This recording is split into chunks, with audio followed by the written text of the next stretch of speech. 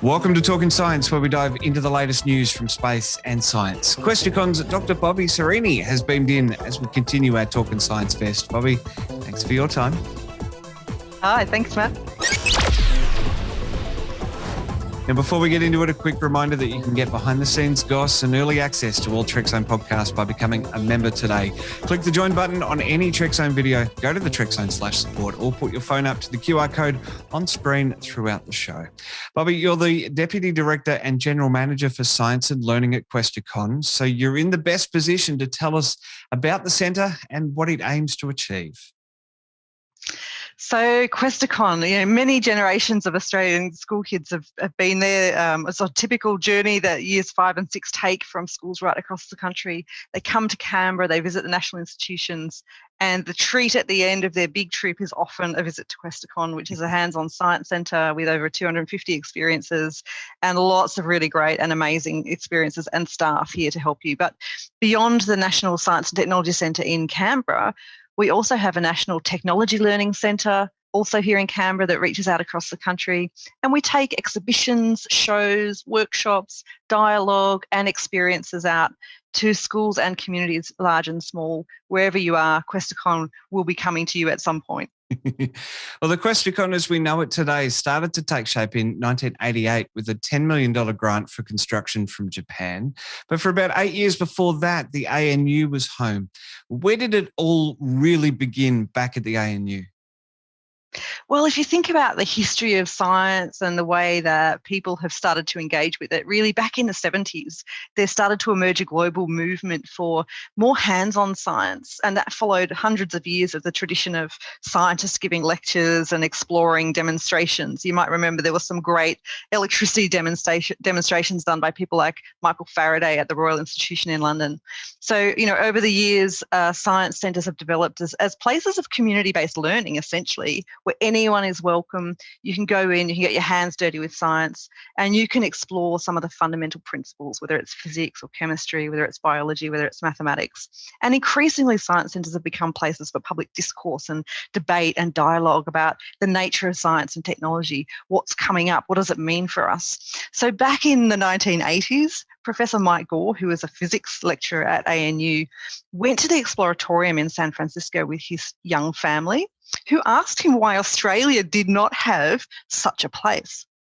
When he came back to Canberra, colleagues at the university really encouraged him to get something like this going. So he set up in a small school hall in the suburb of Ainslie here in Canberra and begged, borrowed, and I'm not sure he stole anything, but he certainly loaned things from right across the universities. And he built, with the help of students and other scientists, a whole heap of hands-on science interactive experiences. And volunteers came along. They were often students studying science at the uni. And they also talked to the company Shell at that time. They managed to get money for a tank of fuel, and they stuck some of these exhibits in the back of a truck, and they took off on a big journey up to Queensland and back. And that was really the start. So from these very humble origins, you had travelling exhibitions, you had volunteers, you had young enthusiastic science communicators, and you had this ethos of designing interactive experiences that would really stimulate learning in people of all ages. Well, fast forward to today, and Questacon's strength in providing understanding and awareness of science and technology is steered by over 200 staff and 65 volunteers. But it's not just about the facilities in Canberra. As you mentioned earlier, Questacon has a mission to motivate and excite people on a national level as well. How do you manage that? Well, that's a really great question. And one of the ways we manage it, I've just got this here. This is our truck. This is the Questacon Science Circus truck. And, essentially it comes down to really great design where you can think of experiences that attract people to the national capital alongside all the other great national institutions here. But from a Questacon perspective, we must make them so that they can travel out and be available to communities who can't easily access science learning in the same way that city-based populations can. And one of the ways we do that is by developing a next generation of science communicators. I've got a photo here of some of the young folk who tend to come from a wide range of science disciplines. They train at the Australian National University, and we still have that relationship with the ANU. They're studying science communication, and they get their hands dirty and they get their feet wet in terms of public engagement with science and technology by travelling on the road with these experiences. They take a range of shows out, and of course they also take exhibits. You can see here a science Questacon experience popping up in a community gym somewhere out, probably Western New South Wales. So these experiences, they're really important because they mean that you don't have to be a city dweller in order to get great science engagement. And you can really support young people, their teachers, their parents, and local businesses that are trying to play a role in really building the next generation of STEM professionals who are going to, of course, solve the problems of the future. So, there's a really strong philosophy there that underpins it. I believe a new exhibit was launched last month, and it's a great fit for our Talkin Science brand here. Can you tell us about the Australia in Space exhibition? Yeah, I sure can. And over my shoulder, you can see some of the designs that we did. So Australia in Space is a travelling exhibition. And what's really cool about it is it talks about the future of the space industries in Australia. Now, often when we think about space, we think about people travelling, maybe we want to be an astronaut. We think about rockets. But Australia does so much more when it comes to space enterprise and industry. And Questacon has partnered with the Australian Space Agency. We've recently helped create the new Australian Space Discovery Centre over in Adelaide. And the exhibition that you can currently see at Questacon is a twin to the exhibition that you'll be able to see permanently in Adelaide. Now, the Questacon exhibition Australia in Space will travel, and it's been designed in a really cool way. So we've got about 450 square metres of experiences, but they can be split down into 3 smaller exhibits that can travel into much more diverse places. So they don't have to be in a big museum. They can be in a community hall, they could be in a library, they could be in a small regional museum or science centre.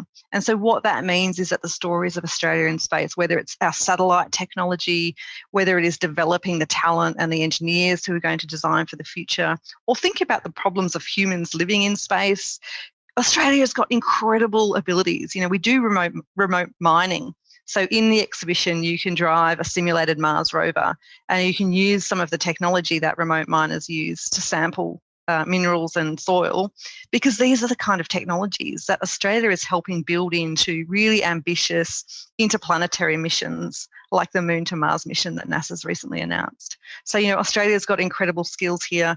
And of course, there's a lot of ethical dimensions to doing things in space. One of the exhibits in the exhibition is about space junk.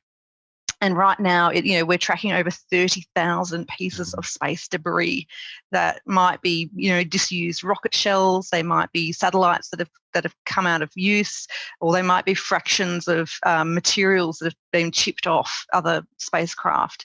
So, space is getting really crowded. There's a lot of activity out there. Lots of countries are getting involved. So who should be leading the exploration of space? Are there any limits we should place on that?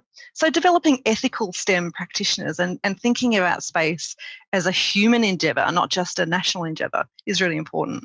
Bobby, with over 10 million people clicking through the turnstiles of Questacon since it was constructed in its new home in 88 through to 2016, I'm guessing COVID has really impacted things here. What's it been like to be Questacon, to be in an exhibition during this pandemic? It has been a very big challenge for us. We did have to close for a period along with all the lockdowns. Right now we're going through those waves of repeated restrictions. Some of the things we had to change, and you can imagine how difficult this is in a hands-on science environment where we design everything for you to touch. Suddenly we're in a COVID world where touching things is maybe not the best idea. So every experience we create, we've reviewed it, we've looked at, can we make it safer? Can we demonstrate it? Can people use it with their elbow? Can we have it adapted in some way so that you use it in a modified way? Or do we have to take it out of commission and not use it for a little while? But to make up for that change on the experiences that you would see inside the Science Centre, we've really built a lot more digital content. I don't know if you can see this, but this is a shot inside our digital studio at Questacon. Teams at Questacon have continued to reach out across the country through our website, Questacon at Home, and also through programs that have rapidly adapted into online delivery.